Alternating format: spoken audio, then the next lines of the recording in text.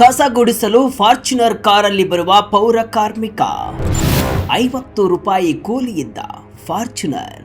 ಈತನ ಜರ್ನಿ ರೋಚಕ. ಎಸ್ ವೀಕ್ಷಕರೇ, ನೀವು ಐಷಾರಾಮಿ ಫಾರ್ಚುನರ್ ಕಾರ್ಗಳನ್ನ ಯಾರ ಬಳಿ ನೋಡಿರ್ತೀರಿ? ಒಬ್ಬ ದೊಡ್ಡ ಉದ್ಯಮಿ, ರಾಜಕಾರಣಿ ಅಥವಾ ಯಾವುದೋ ಮಲ್ಟಿ ನ್ಯಾಷನಲ್ ಕಂಪನಿಯ ಅಧಿಕಾರಿಯ ಬಳಿ ಅಲ್ವಾ? ಆದರೆ ಪ್ರತಿದಿನ ಬೆಳಗ್ಗೆ ಬಿಳಿ ಬಣ್ಣದ ಫಾರ್ಚುನರ್ ಕಾರನ್ನು ಓಡಿಸಿಕೊಂಡು ಬಂದು BC ರೋಡ್ನ ರಸ್ತೆ ಬದಿಯಲ್ಲಿ ಪಾರ್ಕ್ ಮಾಡಿ ಅಲ್ಲಿಂದ ಪೊರಕೆ ಹಿಡಿದು ರಸ್ತೆ ಗುಡಿಸುವ ವ್ಯಕ್ತಿಯನ್ನ ನೀವು ನೋಡಿದ್ದೀರಾ? ನಂಬಲು ಸಾಧ್ಯವಿಲ್ಲದಿದ್ದರೂ ಕೂಡ ಇದು ಅಕ್ಷರಶಃ ಸತ್ಯ. ದಕ್ಷಿಣ ಕನ್ನಡ ಜಿಲ್ಲೆಯ ಬಂಟ್ವಾಳದಲ್ಲಿ ಇಂತಹದೊಂದು ಅಪರೂಪದ ದೃಶ್ಯ ಪ್ರತಿದಿನ ಕಂಡುಬರುತ್ತೆ. ಇವರ ಹೆಸರು ಸೇಸಪ್ಪಣ್ಣ.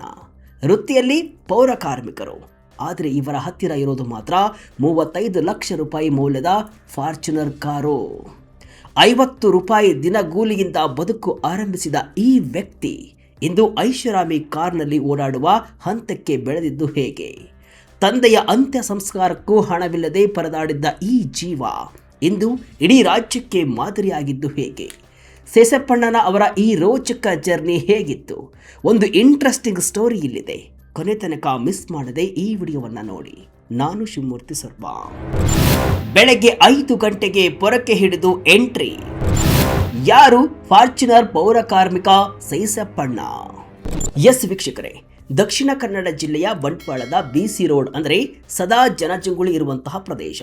ಇಲ್ಲಿ ಪ್ರತಿದಿನ ಬೆಳಗ್ಗೆ 5 ಗಂಟೆಗೆ ಒಂದು ಬಿಳಿ ಬಣ್ಣದ ಫಾರ್ಚುನರ್ ಕಾರು ಬಂದು ನಿಲ್ಲುತ್ತೆ. ಕಾರಿನಿಂದ ಇಳಿಯುವ ವ್ಯಕ್ತಿ ಯಾವ ಸೂಟು ಬೂಟು ಹಾಕಿರೋದಿಲ್ಲ. ಬದಲಾಗಿ ಪೌರ ಕಾರ್ಮಿಕರ ಸಮವಸ್ತ್ರದಲ್ಲಿ ಇರ್ತಾರೆ. ಕಾರಿನಿಂದ ಇಳಿದವರೇ ಕೈಯಲ್ಲಿ ಪೊರಕೆ ಹಿಡಿದು ರಸ್ತೆಯ ಕಸ ಗುಡಿಸಲು ಆರಂಭಿಸುತ್ತಾರೆ.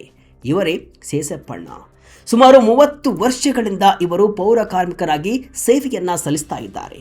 ಅನೇಕರಿಗೆ ಒಂದು ಅನುಮಾನ ಕಾಡಬಹುದು, ಪೌರ ಕಾರ್ಮಿಕರಿಗೆ ಇಷ್ಟೊಂದು ಹಣ ಎಲ್ಲಿಂದ ಬಂತು?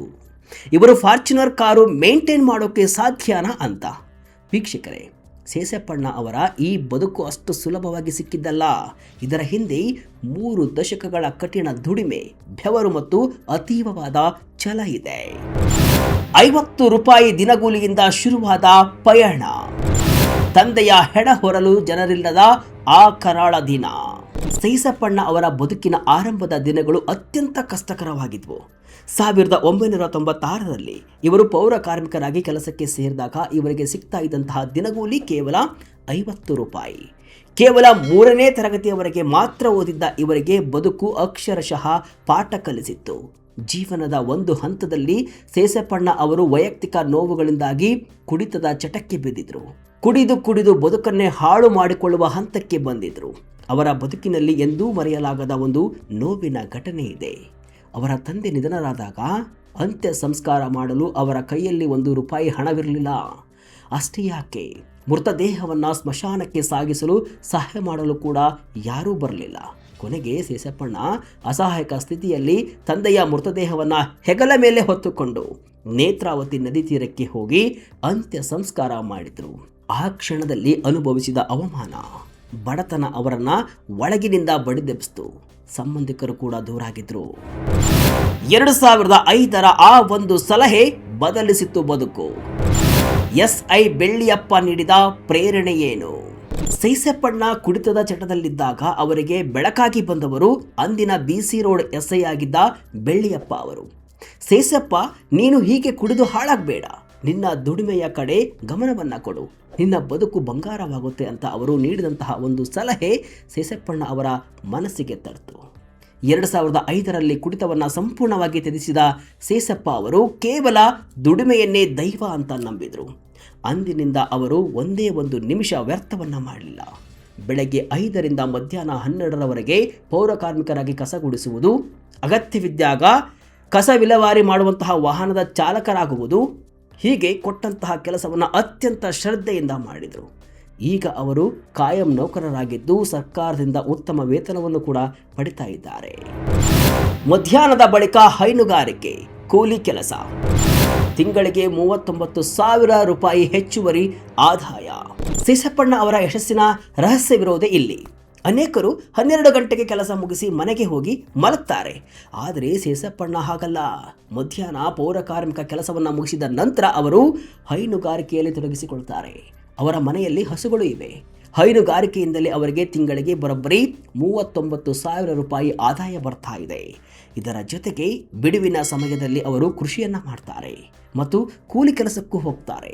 ಅಂದರೆ ಒಬ್ಬ ಮನುಷ್ಯ ದಿನಕ್ಕೆ ಎಷ್ಟು ಗಂಟೆ ದುಡಿಯಬಹುದು ಎಂಬುದಕ್ಕೆ ಸೇಸಪ್ಪಣ್ಣ ಅವರೇ ಸಾಕ್ಷಿ.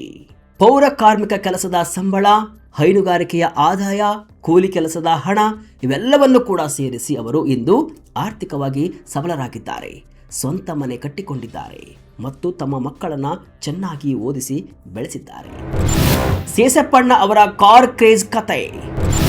ಆಲ್ಟೋ ಇಂದ ಸ್ಕಾರ್ಪಿಯೋ, ಈಗ ಫಾರ್ಚುನರ್. ಸೇಸಪ್ಪಣ್ಣ ಅವರಿಗೆ ಮೊದಲಿನಿಂದಲೂ ಕೂಡ ಕಾರುಗಳಂದರೆ ಪಂಚಪ್ರಾಣ. ತಾವು ದುಡಿದ ಹಣದಲ್ಲಿ ಸಣ್ಣ ಕಾರು ಖರೀದಿಸುವ ಮೂಲಕ ಅವರ ಜರ್ನಿ ಶುರುವಾಯಿತು. ಮೊದಲು ಒಂದು ಸಣ್ಣ ಮಾರುತಿ 800 ಕಾರನ್ನು ಖರೀದಿ ಮಾಡ್ತಾರೆ. ನಂತರ ಅದನ್ನು ಮಾರಿ ಓಮಿನಿ ತೆಗೆದುಕೊಳ್ತಾರೆ. ಬಳಿಕ ರಿಡ್ಜ್, ಅದಾದ ಮೇಲೆ ಆಲ್ಟೋ, ನಂತರ ಸ್ವಲ್ಪ ಹಣ ಮತ್ತು ಸಾಲದ ನೆರವಿನಿಂದ ಸ್ಕಾರ್ಪಿಯೋ ಕಾರಿನ ಒಡೆಯರೂ ಆಗ್ತಾರೆ. ಕಳೆದ 10 ದಿನಗಳ ಹಿಂದೆ ಅವರು ತಮ್ಮಲ್ಲಿದ್ದ ಸ್ಕಾರ್ಪಿಯೋ ಮತ್ತು ಆಲ್ಟೋ ಎರಡೂ ಕಾರುಗಳನ್ನು ಮಾರಿ ಸ್ವಲ್ಪ ಸಾಲ ಮಾಡಿ 12 ಲಕ್ಷ ರೂಪಾಯಿ ನೀಡಿ ಆ ಸೆಕೆಂಡ್ ಹ್ಯಾಂಡ್ ಫಾರ್ಚುನರ್ ಕಾರನ್ನು ಖರೀದಿ ಮಾಡ್ತಾರೆ. ಹೊಸ ಫಾರ್ಚುನರ್ ಬೆಲೆ 35ರಿಂದ 50 ಲಕ್ಷ ಇರಬಹುದು. ಆದರೆ ಸೇಸಪ್ಪಣ್ಣ ತಮಗೆ ಬೇಕಾದ ಕಾರನ್ನು ಸೆಕೆಂಡ್ ಹ್ಯಾಂಡ್ ರೂಪದಲ್ಲಿ ಖರೀದಿಸಿ ತಮ್ಮ ಕನಸನ್ನು ಇವತ್ತು ನನಸು ಮಾಡಿಕೊಂಡಿದ್ದಾರೆ. ಅವರು ಹೇಳ್ತಾರೆ, ನನಗೂ ಎಲ್ಲರಂತೆ ಗೌರವಯುತವಾಗಿ ಬದುಕುವ ಹಕ್ಕಿದೆ. ನಾನು ಕಷ್ಟಪಟ್ಟು ದುಡಿದ ಹಣದಲ್ಲಿ ಕಾರು ತೆಗೆದುಕೊಂಡಿದ್ದೇನೆ ಅಂತ ಅವರು ಹೆಮ್ಮೆಯಿಂದ ಹೇಳಿಕೊಳ್ತಾರೆ. ಕಾಯಕವೇ ಕೈಲಾಸ, ದೈವ ಬಲವೇ ಶಕ್ತಿ. ಪೌರ ಕಾರ್ಮಿಕ ಎಂಬ ವೃತ್ತಿಯ ಬಗ್ಗೆ ಇರುವ ಅಪಾರ ಗೌರವ. ಇಷ್ಟೊಂದು ಐಷಾರಾಮಿ ಕಾರು ಇದ್ರೂ ಕೂಡ ಸೇಸಪ್ಪಣ್ಣ ಅವರಿಗೆ ತನ್ನ ವೃತ್ತಿಯ ಬಗ್ಗೆ ಕಿಂಚಿತ್ತೂ ಅಸಡ್ಡೆ ಇಲ್ಲ. ನಾನು ಪೌರ ಕಾರ್ಮಿಕ, ಜಗತ್ತನ್ನ ಸ್ವಚ್ಛ ಮಾಡುವ ಪುಣ್ಯದ ಕೆಲಸ ನನ್ನದು ಅಂತ ಅವರು ಹೇಳುವಾಗ ಅವರ ಕಣ್ಣಿನಲ್ಲಿ ಒಂದು ಮಿಂಚು ಇರುತ್ತೆ. ಅವರು ದೈವ ನರ್ತಕರು ಕೂಡ ಹೌದು. ತಮ್ಮ ತಂದೆ ಮಾಡ್ತಾ ಇದ್ದಂತಹ ದೈವ ನರ್ತನ ಸೇವೆಯನ್ನು ಕೂಡ ಇಂದಿಗೂ ಮುಂದುವರಿಸಿದ್ದಾರೆ. ತಮ್ಮ ಆರೋಗ್ಯದ ರಹಸ್ಯ ದೈವ ಬಲ ಅಂತ ಅವರು ನಂಬಿದ್ದಾರೆ. ಇಲ್ಲಿಯವರೆಗೆ ನಾನು ಯಾವುದೇ ಮೆಡಿಸಿನ್ ತೆಗೆದುಕೊಂಡಿಲ್ಲ, ದೈವ ನನ್ನನ್ನು ಕಾಪಾಡ್ತಿದೆ ಎಂಬುದು ಅವರ ಅಚಲವಾದ ವಿಶ್ವಾಸ, ನಂಬಿಕೆ. ಫಾರ್ಚುನರ್ ಕಾರ್ನಲ್ಲಿ ಬಂದು ಕೈಯಲ್ಲಿ ಪೊರಕೆ ಹಿಡಿಯಲು ಅವರಿಗೆ ಯಾವುದೇ ಮುಜುಗರವಿಲ್ಲ. ಇದೇ ಅವರ ವ್ಯಕ್ತಿತ್ವದ ದೊಡ್ಡತನ. ಬದುಕಿನ ಪಾಠ, ದುಡಿಮೆಯೇ ದೊಡ್ಡಪ್ಪ. ಸೋಮಾರಿಗಳಿಗೆ ಮಾದರಿಯಾದ ಪೌರ ಕಾರ್ಮಿಕ ಸೇಸಪ್ಪಣ್ಣ ಅವರ ಕತೆ ಇಂದಿನ ಯುವ ಪೀಳಿಗೆಗೆ ಒಂದು ದೊಡ್ಡ ಪಾಠ. ಕೆಲಸ ಸಣ್ಣದು ದೊಡ್ಡದು ಅಂತ ನೋಡದೆ ಶ್ರದ್ಧೆಯಿಂದ ದುಡಿದರೆ ಬದುಕು ಹೇಗೆ ಬದಲಾಗುತ್ತೆ ಅನ್ನೋದಕ್ಕೆ ಇವರೇ ಸಾಕ್ಷಿ. 50 ರೂಪಾಯಿ ದಿನಗೂಲಿಯಿಂದ ಫಾರ್ಚುನರ್ ಕಾರಿನವರೆಗೆ ಇವರು ಬೆಳೆದು ಬಂದ ಹಾದಿಯಲ್ಲಿ ಬೆವರಿನ ವಾಸನೆ ಇದೆ. ಕಷ್ಟಪಟ್ಟ ದಿನಗಳ ಕತೆ ಇದೆ, ನೋವಿದೆ, ಅವಮಾನವಿದೆ. ಅದೆಲ್ಲವನ್ನ ಮೆಟ್ಟಿ ನಿಂತು ಇವತ್ತು ಒಂದು ಸುಂದರವಾದ ಬದುಕನ್ನು ಕಟ್ಟಿಕೊಂಡಿದ್ದಾರೆ. ತಂದೆಯ ಅಂತ್ಯ ಸಂಸ್ಕಾರಕ್ಕೆ ಪರದಾಡಿದ ದಿನಗಳನ್ನು ಮರೆಯದೆ ಇಂದು ಸುಖಿ ಜೀವನ ನಡೆಸುತ್ತಿರುವ ಸೇಸಪ್ಪಣ್ಣ ನಿಜಕ್ಕೂ ರಿಯಲ್ ಹೀರೋ. ವೀಕ್ಷಕರೇ, ಸೇಸಪ್ಪಣ್ಣ ಅವರ ಈ ಸ್ಫೂರ್ತಿದಾಯಕ ಪಯಣ ಇಂದಿನ ಯುವ ಪೀಳಿಗೆಗೆ ಒಂದು ಅದ್ಭುತ ಪಾಠ. ಕೇವಲ 50 ರೂಪಾಯಿ ದಿನಗೂಲಿಯಿಂದ 35 ಲಕ್ಷದ ಐಷಾರಾಮಿ ಫಾರ್ಚುನರ್ ಕಾರಿನವರೆಗೆ ಅವರು ಬೆಳೆದು ಬಂದ ಹಾದಿಯಲ್ಲಿ ಅಚಲವಾದ ಶ್ರಮ ಮತ್ತು ಕಾಯಕ ನಿಷ್ಠೆ ಇದೆ. ಬಡತನ ಮತ್ತು ಅವಮಾನಗಳಿಂದ ಕುಗ್ಗದೆ ಕೆಟ್ಟ ಚಟಗಳನ್ನು ಮೆಟ್ಟಿ ನಿಂತು ದುಡಿಮೆಯ ದೊಡ್ಡಪ್ಪ ಎಂಬುದನ್ನು ಇವರು ಸಾಬೀತುಪಡಿಸಿದ್ದಾರೆ. ಐಷಾರಾಮಿ ಕಾರು ಇದ್ದರೂ ನೆಲದ ಮೇಲಿನ ಪೊರಕೆಯನ್ನು ಮರೆಯದ ಅವರ ವಿನಯ ಮತ್ತು ವೃತ್ತಿ ಗೌರವ ನಿಜಕ್ಕೂ ಶ್ಲಾಘನೀಯ. ಜೀವನದಲ್ಲಿ ಗೆಲ್ಲಬೇಕೆಂಬ ಛಲವಿದ್ರೆ, ವೃತ್ತಿ ಯಾವುದೇ ಇರಲಿ, ಕಠಿಣ ಪರಿಶ್ರಮವಿದ್ದರೆ ಯಶಸ್ಸು ಖಂಡಿತ ಎಂಬ ಸಂದೇಶವನ್ನು ಸೇಸಪ್ಪಣ್ಣ ಇಡೀ ಜಗತ್ತಿಗೆ ಸಾರಿದ್ದಾರೆ. ಇವರ ಈ ಯಶೋಗಾಥೆ ಎಲ್ಲರಿಗೂ ಪ್ರೇರಣೆಯಾಗಲಿ. ವೀಕ್ಷಕರೇ, ಪೌರ ಕಾರ್ಮಿಕನ ಬೆಳವಣಿಗೆಯ ಬಗ್ಗೆ ನಿಮಗೆ ಏನು ಅನಿಸುತ್ತೆ? ಕಮೆಂಟ್ ಮೂಲಕ ತಿಳಿಸಿ. ಇದಿಷ್ಟು ಇವತ್ತಿನ ವಿಶೇಷ. ಇದೇ ರೀತಿಯ ಹಲವು ವಿಶ್ಲೇಷಣೆ, ಮಾಹಿತಿ ಅಷ್ಟೇ ಅಲ್ಲ, ಮನರಂಜನೆಯ ವಿಡಿಯೋಗಳಿಗಾಗಿ ವಿಜಯ ಕರ್ನಾಟಕ ವೆಬ್ಸೈಟ್, ಫೇಸ್ಬುಕ್ ಹಾಗೂ ಯೂಟ್ಯೂಬ್ ಪೇಜನ್ನು ಫಾಲೋ ಮಾಡ್ತಾ ಇರಿ. ಧನ್ಯವಾದಗಳು.